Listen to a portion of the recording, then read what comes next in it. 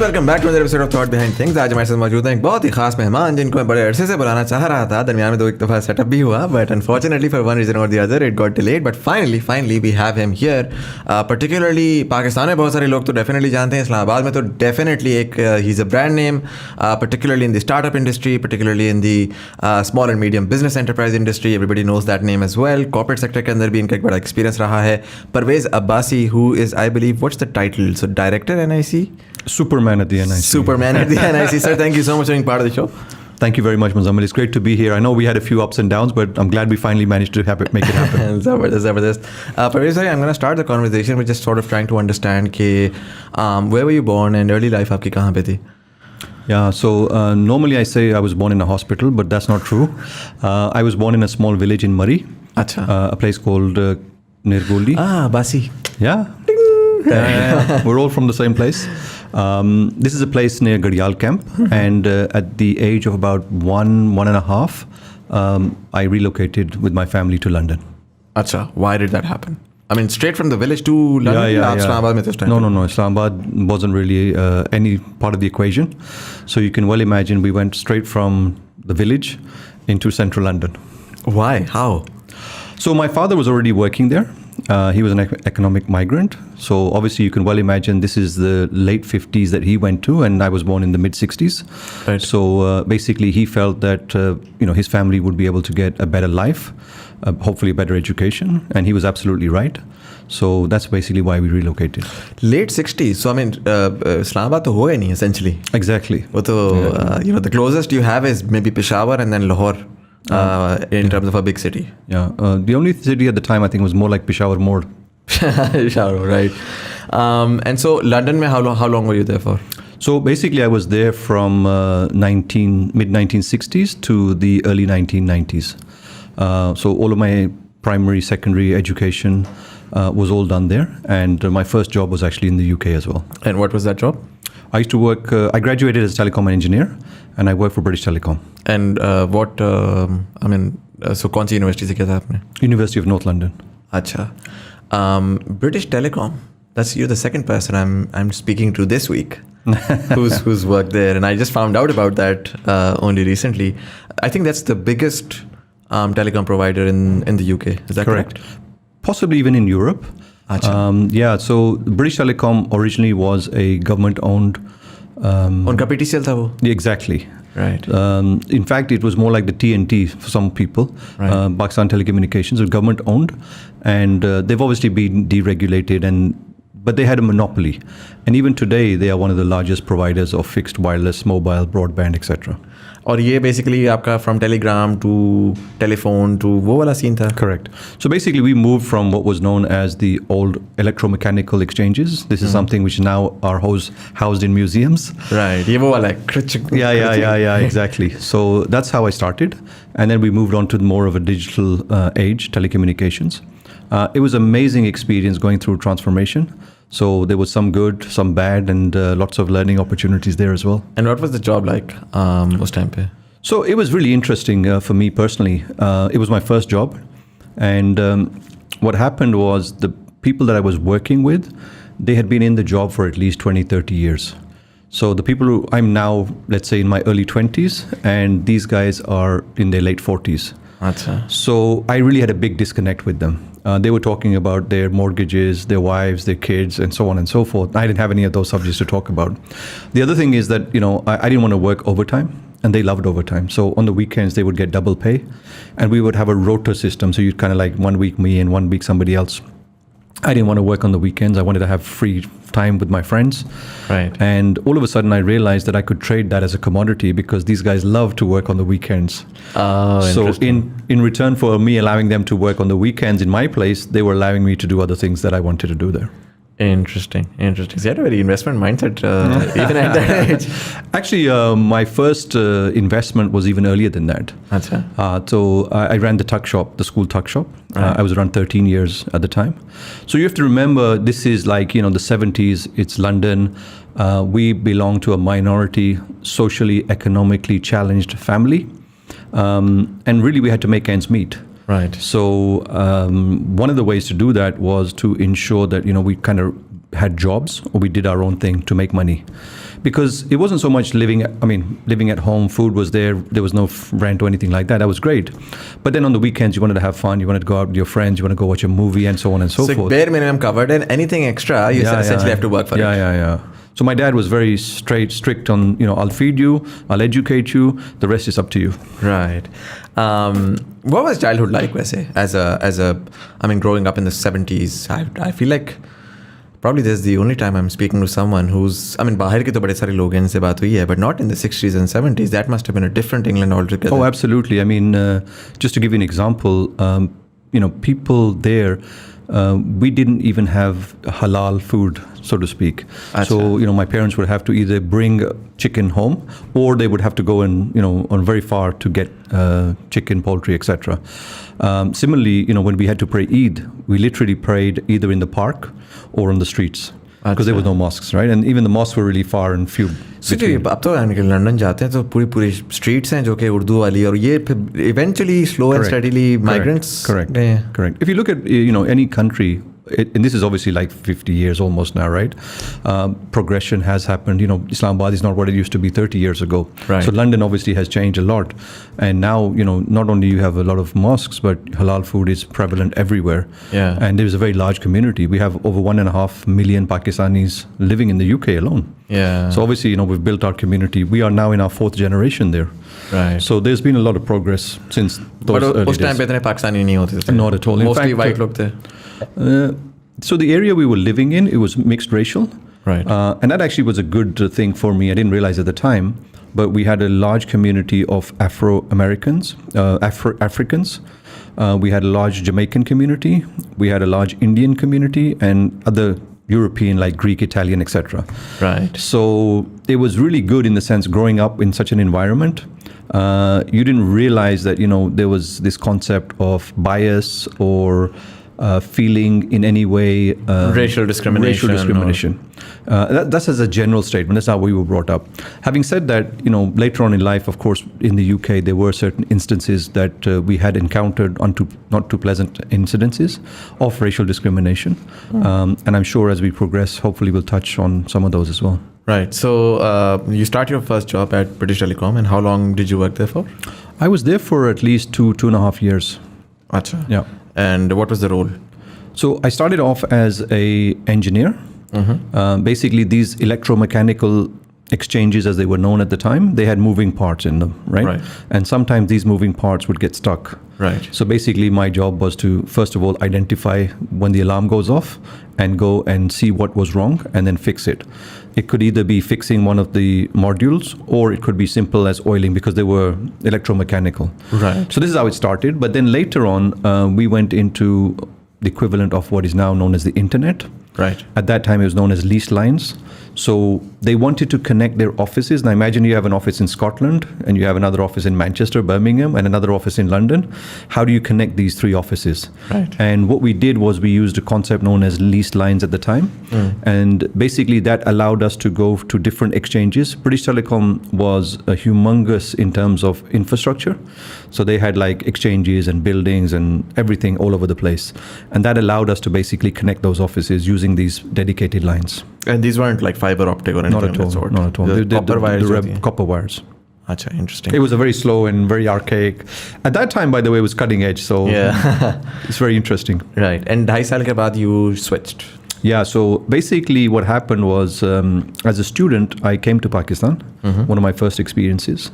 So when I came to Pakistan, it wasn't something that I did by choice. My father kind of insisted that I was perhaps being too westernized and he wanted me to have a little bit of an understanding of Pakistan.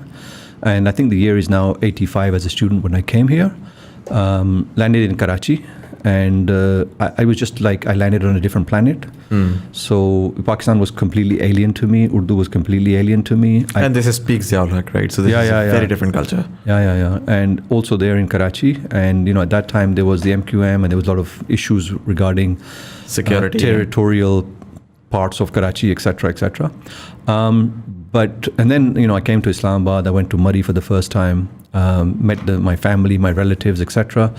And then, as a student, I traveled across Pakistan, went to Peshawar, to Lahore, Quetta, Karachi, etc. So it was really an amazing experience. I traveled by train, I traveled by coach, traveled by all the other means, and I think something happened which was totally unexpected. I fell in love with Pakistan. Acha, interesting. And you hadn't been to Pakistan? No. You hadn't? No. For all practical purposes, maybe in my early days, which I could not recall, but this was my first conscious visit. And obviously, times are much different at the time, right? Like air travel is not that prevalent or inexpensive. अब तो ये कि चलो बाहर लोग अगर जाते भी हैं immigrants तो वो 2-1 साल बाद family cousins से मिलने ले आते हैं. But that was a different time. उस वक्त मुझे याद है वो कॉल भी my sister used to be in the US तो वो 3 मिनट की एक कॉल होती थी और उसके ऊपर जो है बस वो आप उस वक्त ये 97-98 came up. That was much later. Yeah. But a minute was 35 rupees, and this is in that economy. It's just absolutely mind blowing. And by the way, in this 80s and 90s, early 90s, it was even more than that. I remember that we had to book a call, and that too for 3 minutes, and it was frightfully expensive. Did you guys make calls to family at the time? Yeah, letters primarily. So my parents did, but phone calls in the early stages in 70s, 80s ki main baat kar raha hu, they were only on a what's it called emergency basis, unless there was some urgent need to speak to somebody. Otherwise, it was letters, and in addition to letters, we used to do the old audio recording of cassettes. Acha. And we used to record the cassettes. How are you? Ye hai, wo hai. Guy by saying ye, wo, vagara. So send them. Letter ka ek vocal form basically. Yeah. Interesting. You could connect through the voice more than the letter. Absolutely. So 2.5 years after British British Telecom, and then you moved to Pakistan. Yeah. And did you have an idea of what you're going to do there? No, so what happened was, as a student, when I came to Pakistan, something happened. I could sense that, there was some emotional change in me with regards to Pakistan. So prior to that, we never wanted to come to Pakistan. The only image we had of Pakistan was the 3 Ds: dirt, disease, diarrhea. Right. So we wanted to change that image. And when I came here, I had a great experience, and I wanted to come back. So after going back, I really didn't feel very comfortable in London. I had this urge that I want to go to Pakistan. And of course, many years passed by between 85 and I think it was 91 when I first eventually ended up coming back. And that was an opportunity because at the time, telecommunication services, and this is now specific to mobile telecommunication services, was starting in Pakistan. Right. And this was in 1990, 91. So that was what, Paktel? Instaphone and Paktel, 2 companies that were here. Right. So basically, I reached out to them. I inquired about, kind of work that they were doing. I showed an interest, and they invited me to come to Pakistan. At that time, we had people like, people from Cable and Wireless, Millicom, basically Americans, British citizens who came here and managed those companies as CEOs. Right. The advantage I have is थोड़ी बहुत अंग्रेज़ी भी आती थी और telecommunications का थोड़ा सा इंटरेस्ट था, तो उन्होंने क्या किया कि उन्होंने फिर मुझे जॉब ऑफर करना शुरू कर दिया. Right. और वो what sort of jobs were they? So my passion was in sales and marketing. Right. So I became the commercial distribution head for Instaphone for the dealer sales program. For Parktel, we used to bring in handsets, Panasonic and other handsets and sell them here. And then also helping to set up what is now known as Jazz. Earlier it was called Mobilink. Right. So helped to set up those companies from scratch. And Mobilink किस साल में आया था? Mobilink commercially launched किया था इन्होंने 1994 में. अच्छा. However, the license was there from 1992. अच्छा. So long story short is they had the license, but they didn't have the ability to launch. So there was a 2-year gap. So I worked with them as a consultant between 92 and 94, and then 94 formally, 95 joined them formally. Acha, and what were you doing there? I was basically the chief commercial officer, looking after sales, marketing, distribution, customer care. अच्छा. So वो तो बड़ी मुख्तलिफ industry होगी, मुख्तलिफ space होगी. What was that like? What was the experience? And I'm also certain that at the time you must have been quite young compared to a lot of other people. Yeah. And for all intents and purposes, that was in a way a very startup-y environment, right? For sure. Telcos now are just like this huge conglomerate, but उस time पे तो को पता ही नहीं था, बस ये था कि यार एक इन्वेस्टमेंट करके मेरा आई एम ऑल्सो श्योर कि कुछ सर्टन सेल साइट्स होंगी बिजनेस डिस्ट्रिक्ट्स में जहाँ पर प्राइमरीली स्टार्ट हुआ होगा. So what was it like? As you said, it was a completely different world. It was at its infancy. We started with very small number of cell sites. For example, Lahore में total 4 cell sites लगी हुई थी. कुछ जगहों पे चलता था, अक्सर जगहों पे नहीं चलता था मोबाइल. But more importantly, उस वक्त जो है ना ये it was seen as a novelty. It wasn't seen properly जैसे इंडस्ट्री होती है ना कि आपकी एक सॉलिड इंडस्ट्री है, बैंकिंग फॉर एग्जांपल, टेक्सटाइल है वगैरह वगैरह. तो लोग हायर करने के लिए हमारे लिए बहुत मुश्किल था.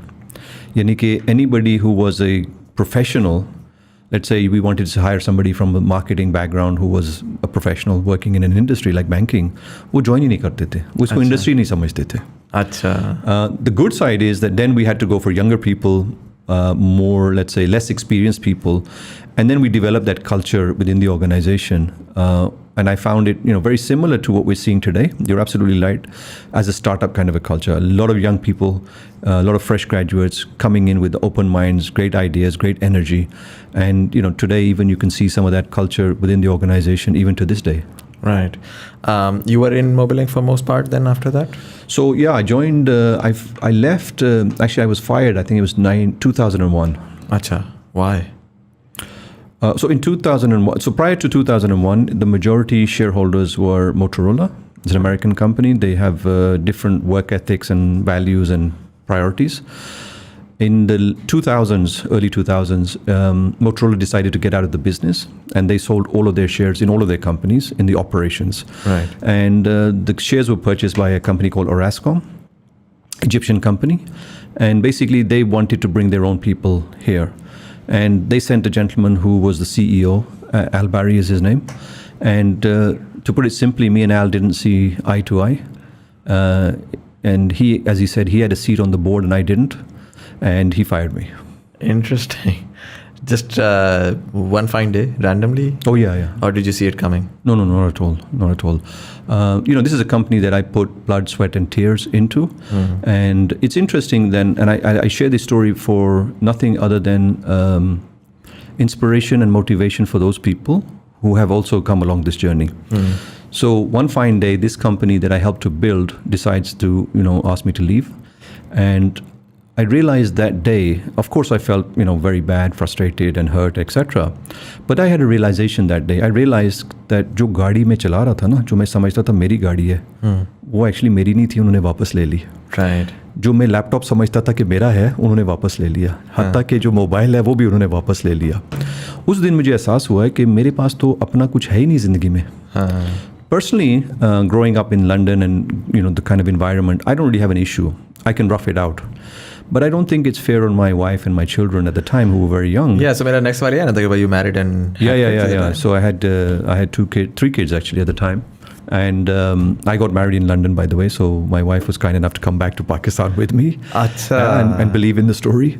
But the point was that at that time I realized कि अपना कुछ भी नहीं है, and this was a kind of a revelation for me, and I thought in my mind that never again would I like to see myself in this situation.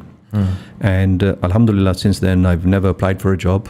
I've never looked for a job, and I often tell people, why on earth are you working for somebody else?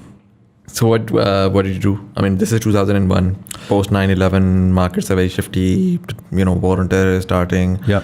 Not the very best time for job hunting. I mean, so uske follow-up mein, 2004, 5, 6, telco boom and banking boom and media boom, a lot of things happened. But 2001, हम तो मेरे ख्याल से 2-1 साल पहले मुश्किल bankruptcy से बच के निकले थे. Correct. So 9/11 हुआ था at the time, and it was globally a very bad time. Yeah. However, every cloud has a silver lining. And, this is how situations create themselves and opportunities create themselves and how you avail those opportunities. So now 9/11 happened. I don't know if you recall, but basically travel was restricted. Pakistan was isolated. Musharraf ka daur tha. We didn't have any financial reserves. Foreigners could no longer come to Pakistan because of safety and security issues, and so on and so forth. Now, what happened was the mobile phone companies, they wanted to sell. Because everybody wants to sell, right? Now, they wanted to sell their products in Pakistan, but they didn't have the ability to come to Pakistan. Right.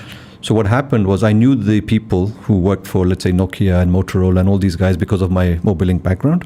We had a relationship. We spoke on the phone. So they said to me, Parvez, we want to sell phones. We know you, but we can't come to Pakistan. Fortunately, I had an alternative passport which allowed me to travel. So I went to Dubai, I went to Singapore, I met all of these people. And interestingly enough, because of 9/11, everything became very cheap. Acha. In the sense that hotels were empty. Right? So I could get a 5-star hotel in Dubai for less than 2,000 dirham. Acha. Yeah. So it was very cheap. And I went there, I met with the people there.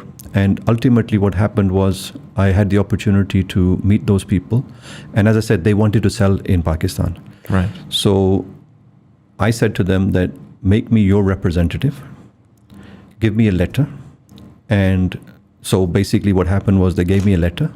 And it was basically a Nokia letterhead saying this is to authorize Parvez Abbasi as our representative in Pakistan, signed, stamped, blah, blah, blah. So I had the letter. I brought the letter back to Pakistan. And then I went to people and I sought investment. Right. मैंने उनको कहा कि यार मेरे पास background है, knowledge है, experience है. UK में हमने ये देखा था वहाँ पे कैसे काम होता है. वो मॉडल हम पाकिस्तान लेकर आना चाह रहे थे.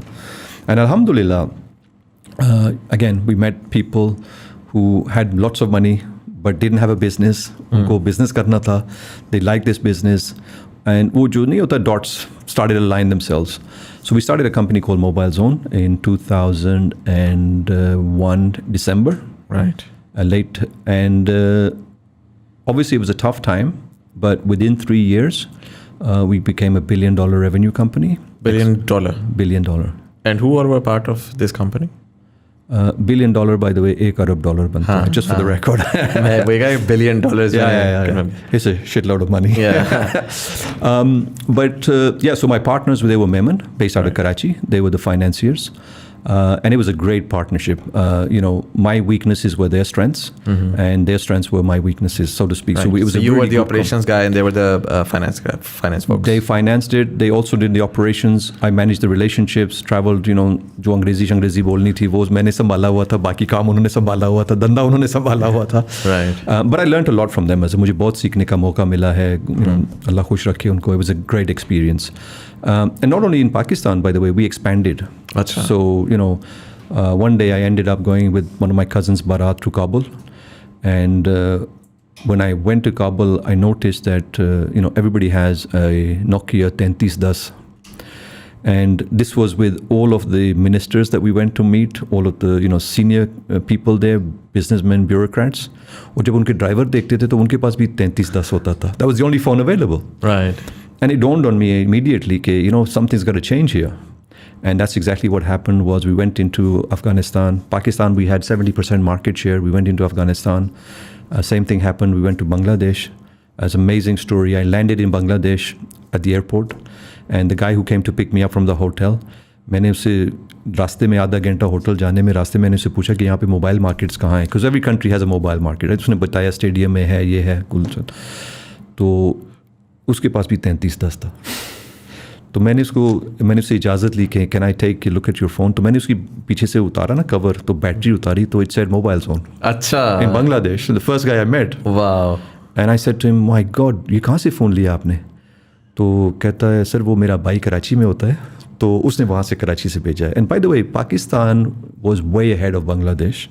आई रिमेंबर पाकिस्तान में जो रुपी है ना, that was 60 rupees to the dollar. And it was 85 taka to the dollar. So our currency was much stronger than theirs. And obviously, things have changed, unfortunately, in the wrong way. But Bangladesh has also moved on positively in a very, very positive way. Right. So Mobile Zone, how long were you affiliated with that? So 2008, we had what was known as the global financial crisis. And the dollar went from 60 rupees to 100 rupees. Sorry, 60 rupees to 90 rupees in less than 100 days. So we were buying in dollars, selling in rupees, and paying back in dollars. So essentially, हमें काफी conversion में हमें नुकसान हुआ, because $100 का phone हम लेते थे 6,000 रुपए का, वो हम 6,500-7,000 में बेचते थे. तो जब डॉलर वापस उनको पैसे जमा कराने थे तो 90 रुपए का डॉलर था, यानी कि 9,000 रुपया. तकरीबन 200 करोड़ का हमें नुकसान हुआ था उस वक्त. $20 million we lost, and the rest is history. Mobile Zone shut down? For all practical purposes, yeah. I sold my shares to my partners, and they tried to revive it. They tried to keep it going, but unfortunately, one of them passed away, so they were unable to continue that. I think उसके बाद फिर mobile phone की market, are they still big players? वो तो एक ज़माने में ज़्यादा mobile zone used to be a thing, like वो अब तो ये है कि टेक्नो का अपना है, ओप्पो का अपना है. आई डोंट थिंक अब डिस्ट्रीब्यूशन मॉडल उस तरह से काम करता है. No, so mobile zone, as I said, हमारे पास 70% market share होता था. And the reason for that is we introduced something which was known as warranty. Okay. And it was a reliable warranty. So what happened was in those days जब हमने काम शुरू किया था तो दुकान पे जब आप जाते थे तो दुकानदार कहता था कि ये मेरे फ़ोन है. तो आप जब पूछते थे ना किसकी गारंटी क्या है, वारंटी क्या है, तो वो कहता था कि आप जितना मर्जी इस्तेमाल कर लें, दुकान से बाहर निकलेंगे ना तो मेरी जिम्मेदारी नहीं है. ठीक है, that was the level of warranty. We came in, we introduced a 12-month manufacturer's warranty with a back-to-back support from the manufacturers, and people they used and they abused the system. क्योंकि हर 3 माह 4 माह बाद नया phone आता था तो उसके अंदर या तो पानी डालते थे या करंट मारते थे ताकि उसको ख़राब करें ताकि वो नया फ़ोन ले सकें. अच्छा. And we in one particular batch we had I think more than 40,000 phones which were faulty. Manufacturing fault था कि कैमरे का इशू था. तो हमने सबको रिप्लेस कर दिया. अच्छा. And उसके बाद ना the confidence level went through the roof. And people could not compete with us. So everybody wanted to have a mobile zone की वारंटी लें क्योंकि वो सबसे अच्छी वारंटी है, वो आपको रिप्लेसमेंट भी देगी और उसकी रीसेल वैल्यू भी मार्केट में ज़्यादा थी. So those are the kind of things that happen in a positive way. Right. And you were based out of Karachi during all this time? Yeah, our head office was in Karachi. But we had an office in Dhaka, we had an office in Kabul, we had offices all over Pakistan as well, Lahore and Islamabad, Peshawar, वगैरह वगैरह. So 2008 post financial crisis, telecom, core telecom से हट के आप handset side पे आ गए. Correct. Handset side के बाद what was next for you? Yeah, so after the global financial crisis, we, as I mentioned, we lost a lot of money. As a result of that, मैंने सोचा कि कौन सा ऐसा काम करें जिसमें मार्जिन थोड़ा ज़्यादा हो. क्योंकि मोबाइल हैंडसेट के अंदर ना मार्जिन, जैसे मैंने अर्ज़ किया ना, बहुत कम था, 5% था. So it was high volume. We would sell literally 1 million phones, but you only make a small amount of money. Million phones in like a year, a month? Month, right? Yeah. But as I said, you only make, let's say, $1 or $2, right? That's the way the business was designed. Right. So मैंने सोचा कि मैं ये काम नहीं करना चाहता जिसमें बहुत ज़्यादा इन्वेस्टमेंट है और मेरे पास पैसे थे ही नहीं उस वक्त और मार्जिन इतना कम हो. तो मैंने कहा इसको रिवर्स करते हैं. So then I started a business which had a 95% margin and no investment whatsoever. Pretty good business, don't you think? Consulting? Exactly. So मेरा खर्चा ये था कि मैं अपनी गाड़ी में पेट्रोल डाल के क्लाइंट के पास जाता था. क्लाइंट मुझे अपना ऑफिस देता था, अपना इंटरनेट देता था, चाय कॉफ़ी बिस्किट भी दे देते थे, ऑफिस भी देते थे, तो वहाँ पे मैं काम करता था. So we did telecommunication consulting for large telcos.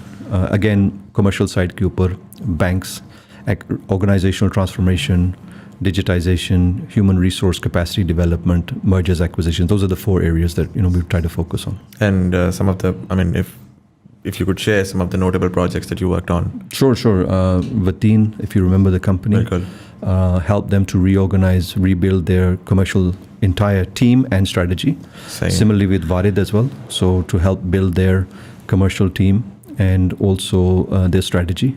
So those were the 2 big clients. There were many other smaller clients. There were other services that we provided for other organizations like the British American Tobacco Company, for example. Then there were services that we provided to organizations like Dell, Nestle, trying to remember most of the names, but a lot of other companies. But they were relatively small services. The big ones were those 2. And you were based out of which city at the time? Out of my car. No, but city, as in? Yeah, so I would live in Islamabad on depending if it was summer or winter because वो motorway पे fog हो जाती है. Right. But I prefer to leave on Monday morning very early, typically around 6 o'clock, to reach Lahore by 10 o'clock. So I go straight into the office and work on Monday, Tuesday, Wednesday. And then Wednesday evening, leave, come back, Thursday, Friday, Saturday, Sunday, Islamabad में. And that routine was basically... And clients mostly Islamabad or Lahore के दरमियान में ही Correct. Broken down was it? Correct. And how long did you... And what was the consulting business called? Oh, so we had 2 companies. One was called Excelcom. I was a consulting firm. And then there was another one called MAD, the Mobile Advantage Company. So Excelcom was our consulting arm where we provided consulting for large organizations, serious companies, telcos, banks, etc. And on the more fun side of it, the Mobile Advantage Company was basically providing SMS marketing services solutions to consumer goods, FMCGs, banks, and other organizations. Right. So that's basically what we were providing, using SMS as a tool and a vehicle, even for education purposes as well. Right. And you did this for 3-4 years? Yeah, 3-4 years. As I was saying, my kids then, they grew up, they'd done their O-levels, A-levels in Pakistan, and they were going for university. Because we have a heritage in the UK, we thought that would be the best place for them to go back and study. We have obviously an infrastructure, family network, etc. And your siblings were, थोड़ा सा अगर मैं revert back करूँ तो आप पाकिस्तान आए थे, आपके siblings वहीं पे थे UK में? Yeah. They thought I was crazy, so they had no intention of coming to Pakistan, as did most of the people at the time. So yeah, I felt comfortable that my brother was there, my sisters were there, and so on and so forth. So sending my kids there would give them some protection. Right. And obviously London is a great place as well. And I think it's good for young kids to go and travel the world and learn and get that experience, not only from the universities, but life itself teaches you a lot there. And then, so one day my wife says to me, we should go to London. बच्चे उधर हैं, हम इधर हैं, वो अकेले हैं, हम अकेले हैं. So let's go to London. I had no intention whatsoever. But one day, I don't know why, she maybe caught me at a soft time. Right. I somehow agreed. So mentally we decided now for the rest of our life हम वापस London जा रहे हैं. वहाँ पे मेरे बहन भाई हैं, वहाँ पे रहेंगे, मेरे बचपन के दोस्त हैं, हमारे बच्चे वहाँ पे हैं. So वो प्रैक्टिकल पर्पसेस यहाँ पे हमने बंद चंद करके लंदन चले गए. अच्छा, जो कंपनी से रैप अप कर ली या हैंड ओवर कर दी दूसरे लोगों को? So basically काम जो है ना वो थोड़ा सा ऑटो पायलट पे चल रहा था. We had a team of people, they were managing everything, so life was generally good. Having said that, कुछ जो clients थे मैं खुद manage करता था, कुछ service करता था, because they were the big guys and they wanted to have their pound of flesh, right? Right. But then what happened was when I went to London, within 3 months, I basically started to become depressed. And the reason for that is because what I thought I was going to spend time with my family and friends, everybody was busy. Yeah. So the first weekend, it was great. The second weekend was good. The third weekend, nobody was there. Yeah. And then when I would reach out to my जो बचपन के यार होते हैं ना, जिगरी यार होते हैं, दोस्त हैं, there's only 4 of us. We grew up together from a very early age. I'd reach out to them, and just to coordinate a dinner between the 4 of us would take 3 weeks. And I'm thinking to myself, what am I going to do here? Yeah. Plus, the weather started to, become cooler, and it became very dark all the time. It was dark and it was miserable. So I was going through this depression. So one day I went for a walk, and it was about a 45-minute walk. On the way back, it started raining. And it was freezing, it was raining, and I was walking, and I was cursing myself, and I was remembering Islamabad ki jo sunshine. तो मैंने कहा यार मैं पागल हूँ. This is a decision I made. Yeah, I'm great. So I already decided before I reached home that I'm going back. I made that decision on the way within back. 3 months. Wow. Yeah. And जैसे मैं घर पहुँचा हूँ, बेगम को मैंने कहा कि अगर आपने रहना है तो you're most welcome. We have the infrastructure. मैं जा रहा हूँ. So then what happened was I started to come back to Pakistan, opened up the house and got, all those things moving, etc. And then obviously I started missing my kids. I started missing my family and blah, blah, blah. So then I traveled back and forth. And I calculated that 6 weeks was the optimum time for me to be able to get the best of both worlds. Yeah, exactly. And as a result of that, I did that for now another 2-3 years, maybe 4 years. And during this trip, by the way, so I'd spent 6 weeks in Pakistan and 6 weeks in London. And during those trips in London, apart from seeing friends and family, I also caught up with my old colleague and friend Zuhair Khalik, former CEO of Mobilink Jazz, where we had worked together. Back in early 90s? Yeah. Correct. In fact, I know Zuhair and me, we worked together in Instaphone. Achha. And this is year 1992. So it's, what is that, 30 years? Yeah. Wow. That's crazy. Yeah. So it's 30 years. Anyway, so he was working in the UK at the time? Yeah, he was working. He had actually a lot of our friends were in a similar situation, right? So their kids are grown up, they're going to university. We're of that age bracket, right? And they're kind of living in London or the US, as the case may be. A semi-retired kind of a life. God had been kind enough to all of us. We'd done reasonably well. And so I started meeting Zuhair every other week for a cup of coffee just to catch up how things. And during those conversations, we thought, what is it that we're going to do for the rest of our life? because although we were kind of retired or semi-retired, we still felt relatively young. We didn't feel like the guys who we always perceived they'll be so tired and retarded that they won't be able to do anything. And we thought of a plan of how we can perhaps give back to Pakistan. And giving back, the reason why Pakistan was in the state it's in because of our generation or the generation that was before us. Right. So to fix a problem, you need a different set of mindset. And we believed a lot in the youth, because we'd worked with them in Mobilink, in Jazz, and we saw how they could come in with fresh ideas, fresh energy, etc. And also we saw how technology impacted people. So in the rural areas, for example, when a Mobilink tower went up, all of a sudden you had signals, people could use their phone, now they could communicate, they could talk. That helped them in their social, economic, and education. Right. A quick example of this is, when the farmer, he has now a phone, उससे पहले क्या होता था कि जो middle man उसको मंडी का rate बताता था. तो मंडी का रेट उसको कहता था कि टमाटर जो है ना 5 रुपए के बिक रहे हैं kilo.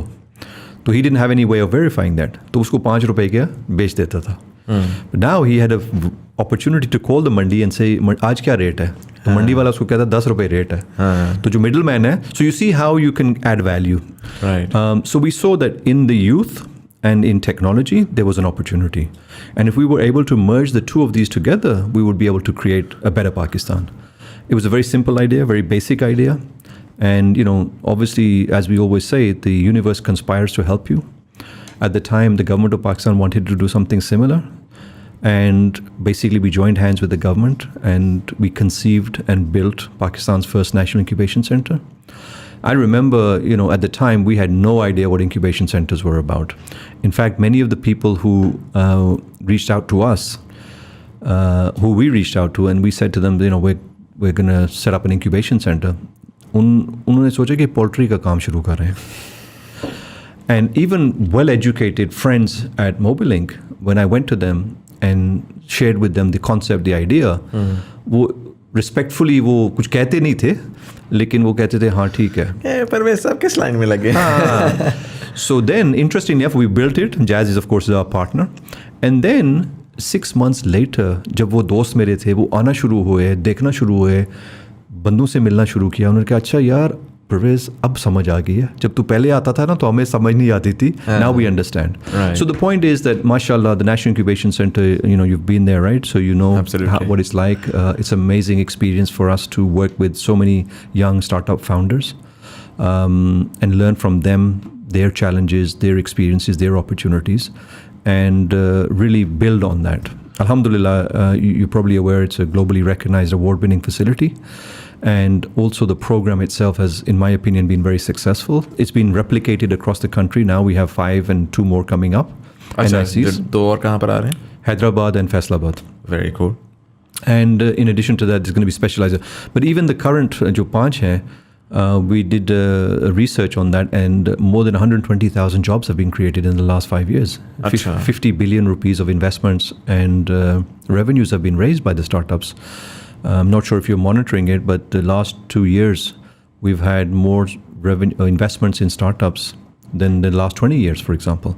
Right. So definitely, Pakistan has moved in the right way over the last 3 or 4 years. Right. And I think we contributed a small part of that. Right. जो अभी currently 8 साल हो गए NIC को? नहीं 6 साल हुए. 6 साल हुए. What's the model? I mean, how do you sustain essentially? Sustain? Yeah, so I mean, how do you run the facility? Is this government funded? Is this private sector funded? Both. So our majority of funding comes from the Ministry of IT, the Ignite Fund. Now, just to remind everybody that वो जो आप mobile phone इस्तेमाल करते हैं, उसमें से ना 1-1.5% जो है वो जाता है as a contribution to the Ignite Fund. उसमें रिसर्च एंड डेवलपमेंट का एक हिस्सा है और इग्नाइट का भी एक हिस्सा है. तो उसमें से ये बेसिकली फैसिलिटी इस्तेमाल होती है. और ये पाकिस्तान में जो बाकी भी सारी NICs हैं, all of them, same model.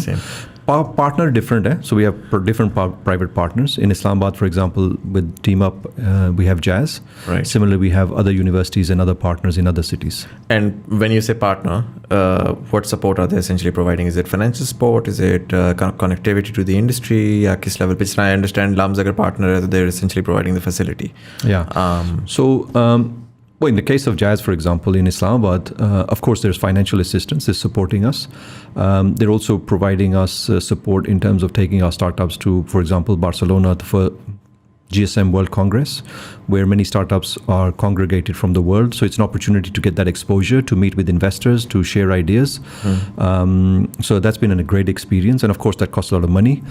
But more importantly, the access to their customer base, the mentoring that they provide in terms of, Jazz has 4,000 plus employees. So if you want anybody from marketing to legal to financial to HR to IT, they have, some of the best professionals in Pakistan. And we're very fortunate to be able to call on them as and when required for them to come and share their knowledge, experience, and help the startup founders to solve some of their challenges. Right. जो generally incubation centres हैं, plan 9 से मैं start अगर करूँ 2012 I would say 12-13 maybe. Plan 9 and then Plan X accelerator and then NICs. जो initial and I was involved very early on, one way or the other. जो initial excitement थी that really painted a dream, जो कि अगर मैं as a side person देखूँ, and again I haven't followed it as closely, but I think it was somehow वो convert नहीं हो सकी, and this is across all, so not just one specific. And while we've had a couple of good years finally now, and I think the ecosystem is now beginning to mature in a way, still early, but at least we're beginning to see some results. Why do you think it took so long? I mean, what were some of the major reasons why it just couldn't for some reason take off? Like, हर चीज़ करने की कोशिश की, and I've been to NIC Peshawar, I've been to NIC Lahore, even Nest.io in Karachi, and I've met like some very, very, not just talking about startups, but also the folks running them have been very dynamic. They're real problem solvers trying to really solve this problem, and somehow it just wasn't working out. While Indonesia and Bangladesh and India and all sorts of countries have been blowing up in that space. So recently I've been talking to startups. A lot of them actually have been returning from the US or the UK, and उनका ये था कि वो financial markets में काम कर रहे थे. They were like, यार एक ब्लैक होल एग्जिस्ट करता है, लेफ्ट पे भी पैसा लग रहा है, राइट पे भी पैसा लग रहा है, ये क्यों गायब है? And so why do you think कि ये उस तरह से मटीरियलाइज नहीं हो सका जिस तरह से काफ़ी उस टाइम पे ड्रीम कर रहे थे? Yeah, I think there's a number of reasons for that. I would say that there's a time and a place for everything. If you look at Pakistan, we lag in certain areas, irrespective. But I think one of the major reasons was the deployment of technology, and I'm referring to 3G in particular, and 4G was very late in Pakistan. Right. And with the broadband, for example, again, it came very late in Pakistan. So those are the railroads of the building blocks of what is required. So if you, for example, without, let's say, 3G, 4G, you can't run a Careem, or you can't run an Uber, you can't run a Bikea, you can't run an e-commerce store, and so on and so forth. So I think that is one of the fundamental reasons that we were late. In addition to that, Pakistan, we had our own challenges. So, for example, there was a big issue with terrorism, if you remember. We have our own international challenges. For example, FATF is one example of the challenges that Pakistan is facing. We've often been on different grey and black lists, etc., etc. So I think it's a combination of those things. As you know, today, alhamdulillah, we don't have those terrorism challenges that we had just a few years ago. We do now have 3G and 4G services. In addition to that, technology enablement in terms of the youth. If you look at the last 5 or 10 years, for example, a lot of young people have graduated from universities and have come into not only the workforce, but the startup ecosystem as well. And also, I think more recently, we have people coming back from Pakistan, the diaspora community, especially from the US. And they're having that experience and that mindset, bringing that knowledge and looking at opportunities here. For them, the cost of doing business in Pakistan is much lower. And that presents itself as an opportunity. In addition to that, because of the scarcity of such opportunities, creates that opportunity in itself, i.e. it does create a vacuum. There is an opportunity in the space. So I think that not only have we seen that, this is just the tip of the iceberg. Right. I think the rate of growth is going to be really phenomenal. So just to put things in for illustration purposes, 2017-18 में अगर किसी को $50,000 मिलता था, वो भी 4-6 महीने के बाद, तो हम समझते थे कि यार वाह बड़ी बात है.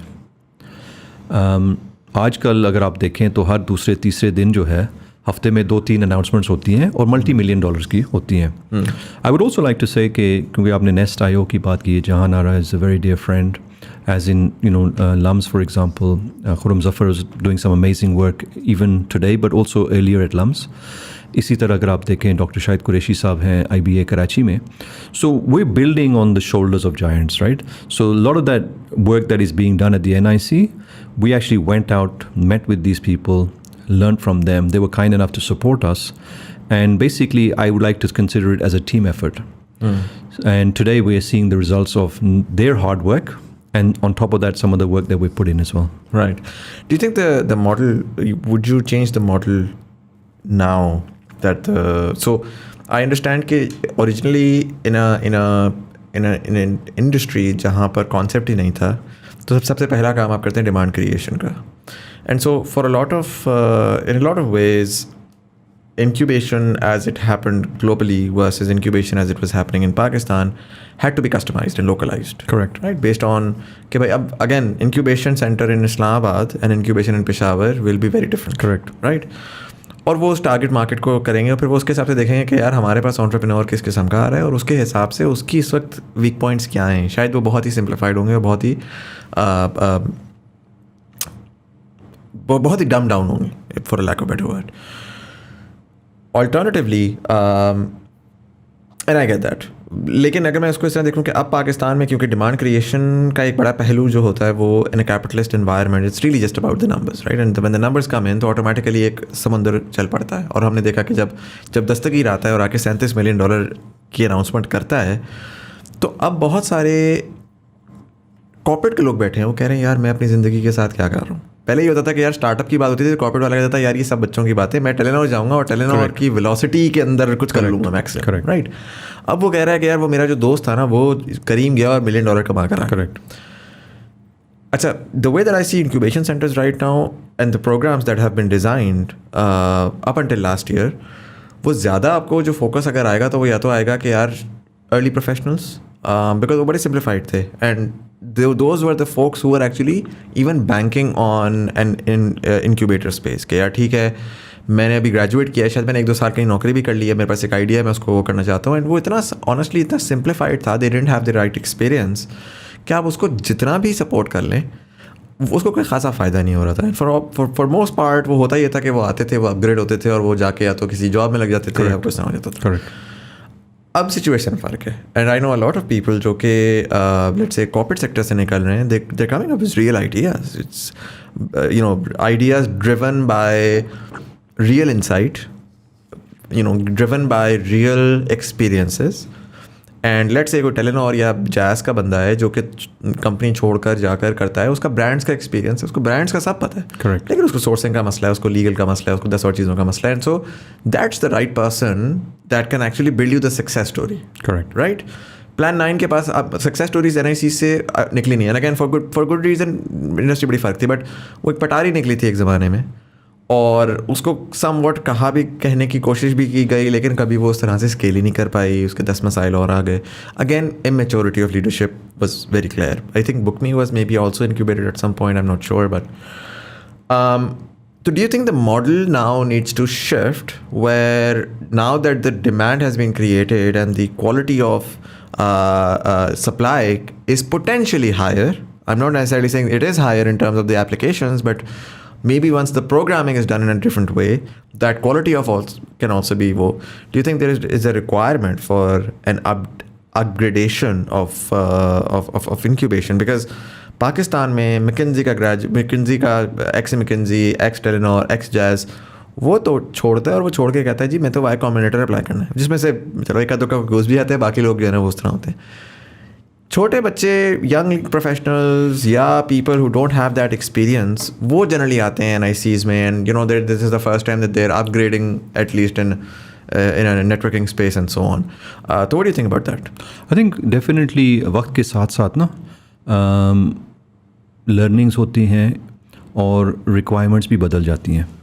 सो डेफिनेटली हमें इसको ना अपग्रेड करने की ज़रूरत है और उसमें कुछ लेसन्स लर्नड भी हैं, कुछ गलतियां भी हैं, खामियां भी हैं, कमज़ोरियां भी हैं. उन सब को सामने रखते हुए कुछ अच्छा भी हुआ है, उसके ऊपर हमने इवॉल्व करना है. तो इसमें तो दो राय है नहीं. Having said that, I think it's also important to remember कि आज से 2-3 एग्जांपल्स मैं आपको देता हूँ जो हालात और वाक़यात के साथ चेंज होते हैं. पहली बात तो ये है कि average age of a successful entrepreneur is how much? Do you want to take a guess? In Pakistan? Globally. Or globally? I don't know. I would say 34? 43. 43. ठीक है. सो दैट मीन्स कि आपका 43 पहुंचने तक कुछ ना कुछ तो 5, 10, 15 साल का तजर्बा होगा. हाँ. दूसरी बात यह है कि when I first came to Pakistan in the early 90s, मेजॉरिटी जो लोग थे 90% प्लस वो पक्की नौकरी ढूंढते थे. ठीक है, गवर्नमेंट के साथ. Now if you take position 20 years ago, तो लोग कहते थे कि यार किसी मल्टीनेशनल में हो जाए. ठीक है, because they thought that the environment, the perks, the money was better than a government job. Today I am happy to share with you that more than 40% of students would like to run their own business. This was not the case even 5 years ago. So सबसे पहले तो ये है कि awareness create होती है. दूसरा ये है कि जो स्टार्टअप की जो ओरिजिनल नेशनल इंक्यूबेशन का जो प्रोग्राम था, remember it's a government programme, Right. And the government is really interested in the welfare part of it. Right. Okay? Not necessarily the money part of it. There are two separate things. Right. So, for example, I recall one of our key KPI was creation of jobs. कि आपने job create करने. Because remember, our population is 100+ million young people. No government in the world can create those kind of jobs. Right. So job creation was the first one, and alhamdulillah we managed to do that. As I mentioned, over 120,000 jobs have been created through this particular program. More recently, things have changed. And as more awareness has come, the quality of startups and the quality of startup founders has also increased. Both in terms of the awareness, because now people are coming into this that would not have thought about it before, like you mentioned correctly. Let's say telecom का बंदा है, उसने 5-10 साल नौकरी की है, अब वो सोचता है कि यार मैंने सारी ज़िंदगी नौकरी करनी है. इनफैक्ट मैं लोगों को कहता हूँ सारी ज़िंदगी नौकरी करोगे, अपने लिए भी कुछ करना है. So they're moving into this space. So that we're definitely seeing a significant rise in terms of the quality, and therefore the delivery of service that we were providing 2-3 years ago is no longer relevant. We have to also upgrade ourselves and bring it in line with the demands and requirements of today's founders. Right. And so that's going to be happening across the board, do you think? Oh, absolutely. It has to. There's no two ways about it. What's the how many normally startups do you incubate in a year? So normally we incubate somewhere between 40 to 50 startups. Right. And each startup has maybe 3 or 4 people. And on average ये कितना लंबा होता है? Like how long are they incubated for? 12 months. 12 months. अच्छा, पूरा साल होते हैं वो. और वो एक ही साइकिल में होते हैं या वो ऐसे रोलिंग पे चल रहे 6 months. So we have a 6-month break between them, gap between them. ठीक है. There's an overlap of 6 months between them. And have you seen any evolution in terms of the industry or the problems that have been targeted over the last few years? I mean, in terms of, there could be a lot of interesting insights gathered from just your own data of applicants and the actual finalists जो actually incubate हुए कि यार youth किस चीज़ को एक problem समझ रही है, किस चीज़ को सॉल्व करना चाह रही है, कौन से सॉल्यूशंस जो हैं वो करना चाह रही है. Do you think I mean does NIC release a report? Yeah. We of course collect all of this data, and there's a lot of anecdotal data that helps us in building our curriculum and our program as well. So just to give you an example, now we've learned that when a startup founder comes, we look at their experience, right? So if it's a fresh graduate, he doesn't have work experience, chances are he's not going to make it, right? As opposed to somebody coming with, let's say, 5 or 7 years experience, having worked in this particular field, has hands-on experience, there's a chance of increase. Secondly, how number of startup founders in a particular startup? If it's just one guy, we've had experiences where just one person came in and that person felt that he's God's gift to earth. वो सुनने के लिए तैयार भी नहीं है. अब वहाँ पे इंटरव्यू के दौरान बंदे के पास 20-30 साल का तजर्बा है रनिंग सक्सेसफुल बिजनेसेस, वो उनको मशवरा देता है कि बेटे आप इस तरह देख लो, कहता नहीं आपको नहीं पता. So how coachable is the founder, for example. Secondly, is it one founder? Was it 2 founders? Was it 3 founders? Is it 4 founders? So the optimum number of founders we found is 3. Right. So one of them has, for example, a marketing background, one has a legal background or IT background or financial background, etc., etc. So they can, support each other. So these are things that we've learned over time. As far as the startups are concerned, they're now using availability of data. So there's much more prevalence of data availability and use of data. So for example, in the agricultural space, collecting weather forecasts and weather data would be useful for them in terms of picking up data from the soil, for example. What is the level of moisture? What is pH level, etc., etc. These are things that today can be done using IoT, for example. Similarly, the conventional businesses of convenience, COVID has taught us that people don't want to necessarily go out and buy things if they can be delivered to their house. So we have all types of grocery and e-commerce stores coming in. We also have startups that are working in, for example, in the fintech space because they see that as an opportunity. So there are also different types of niches. People are moving from one to another to another. I was talking to a startup founder earlier today where they started off providing basic insurance services. But from those insurance services, actually, they originally started with medical services. अच्छा. Doctor की services provide करते थे. Doctors के साथ साथ उन्होंने realise किया कि यार ये तो हम मेडिकल इंश्योरेंस भी दे सकते हैं बिकॉज उनको मेडिकल इंश्योरेंस चाहिए. जब उन्होंने मेडिकल इंश्योरेंस किया तो उसी डेटा से उन्होंने डिफाइन किया रूरल एरियाज़ में कि इनका जो है ना गाय भैंस भी बीमार हो जाती है. सो दे वेटनरी सर्विसेज उन्होंने प्रोवाइड करने. ठीक है, उन्होंने सार वो प्रोवाइड करना शुरू कर दिया. इंश्योरेंसेज, फिर उन्होंने bank accounts and so on and so my point being is that once you have the data and you collecting the data you can then build on that. So I think Pakistan, good side is that we've only touched the tip of the iceberg. We have a long way to go. It is slow, and unfortunately, there's a lot more work that needs to be done, especially from a regulatory perspective, from the government side. I believe that if they can provide us that kind of incentive and support, this industry can take off in a very, very big way. Right. We're at the 1 hour mark, and before I sort of leave you, I want for the viewers, if you can sort of explain what I'm sorry, this should have come much earlier, but what generally an incubation center is, and what's the premise there and what's the purpose. So the incubation center provides a few basic rules or benefits. One is the infrastructure, of course. So for example, a startup, if it was to go on its own, would need to rent an office, pay the security, pay the electricity, pay the Wi-Fi, and then all the other expenses associated to an office. So here you don't have to worry about those expenses. We take care of all of those. It's a common co-working space. The next part is that access to mentors, domain experts. People may not come to your office, to your home, whereas they're comfortable coming to the NIC. Investors, for example, be it angel investors or otherwise, they're obviously visit us. They spend a lot of time there, so you can rub shoulders with them. But I think one of the biggest benefits is that you have other founders there who are in a similar boat to yours, and therefore you can share your knowledge, experiences, frustrations with them, and perhaps they can give you some guidance and advice and support as well. So it's like a community. Right. And for those who might be interested, are working on or at least toying with an idea of a startup, what can they do to explore NIC, Islamabad at least? They can show up. That would be useful. We have an open door policy. Acha. People can reach out to us. They can either physically come to the National Incubation Center, or they can reach out to us on social media, Facebook, LinkedIn, Twitter, etc. Reach out to us, set up a time, let us know a little bit about what you want to do so we can prepare ourselves. Come over, pitch your idea, and let's take it forward. Sounds good. And you guys are based in H9. Yeah. H9. Parvez, thank you so much. This is very, very insightful. I'm going to ask you one last question that I generally ask all of my guests.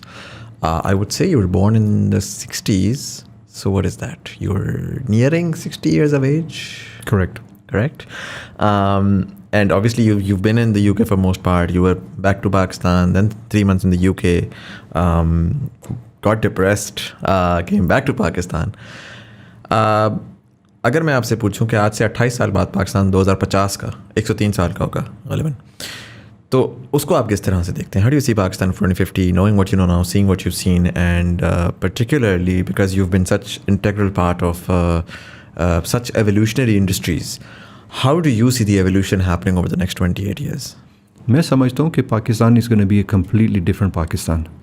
दो तीन चीज़ें जो है ना, एक तो ये समझना ज़रूरी है कि bye 2050 majority of the current population would not be around. Right. In the sense that they'll be gone, right? Right. Those people who are going to be the leaders at the time are going to be what is known as today's younger generation. Right. They're going to be, not only politically and diplomatically correct, but also technology savvy. I think the world is going to also move on. If you look at China in the last 34 years, they've completely changed their entire. I see no reason, because the rate of growth and technology is much faster today. So I'm very, very optimistic. I think that Pakistan, because of the fact that we are in perhaps such a relatively bad situation, we only have one way to go, and that is up.